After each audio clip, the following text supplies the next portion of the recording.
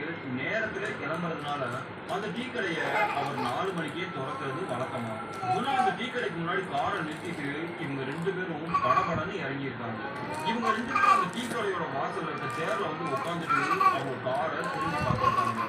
அந்த காருக்குள்ள பின்சீட்ல வெள்ளையா உட்காந்துருக்க மாதிரி தெரிஞ்சது. அந்த முகத்தை பார்த்து இவங்க 2 பேரும் பேய் அறிஞ்ச மாதிரி இருந்திருக்காங்க. இவங்க 2 பேரோட முகமும் பேய் அறிஞ்ச மாதிரி இருக்கிறத பார்த்தோன்னே டீ கடைக்காரருக்கு ஒரு விஷயம் புரிஞ்சிருக்கு. இவங்களுக்கு ஏதோ நைட்டு விபரீதம் நடந்திருக்குன்றத புரிஞ்சுக்கிறாரு. இவங்க 2 பேரும் ஐயா 2 டீ போடுங்கன்னு சொல்லிட்டு அந்த டீ கடைக்கு முன்னாடி இந்த சேர்ல உட்காந்துருக்காங்க. அந்த டீ கடைக்கார பெரியவரும் டீயை போட்டு குடிச்சிட்டு தம்பி நீங்க எங்க இருந்து வர்றீங்கன்னு கேட்டிருக்காரு. அதுக்கு குணா நாங்க கோயம்புத்தூர்ல இருந்து வந்திருக்கோங்கயான்னு சொல்லியிருக்காரு.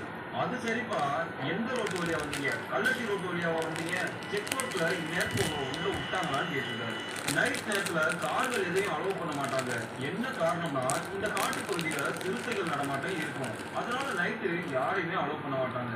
நாங்க வரும்போது செக் போஸ்ட்ல யாருமே இல்லையா, அதனாலதான் நாங்க வந்தோம்னு சொல்லியிருக்காரு. வினோத் டீயை குடிச்சுட்டு நல்ல வேலை மச்சான் 2 பேரும் உயிரோட தப்பிச்சிட்டோம், அந்த ஆன்மா கிட்ட மட்டும் மாட்டியிருந்தா என்ன ஆயிருப்போம்னு பேசியிருக்காரு.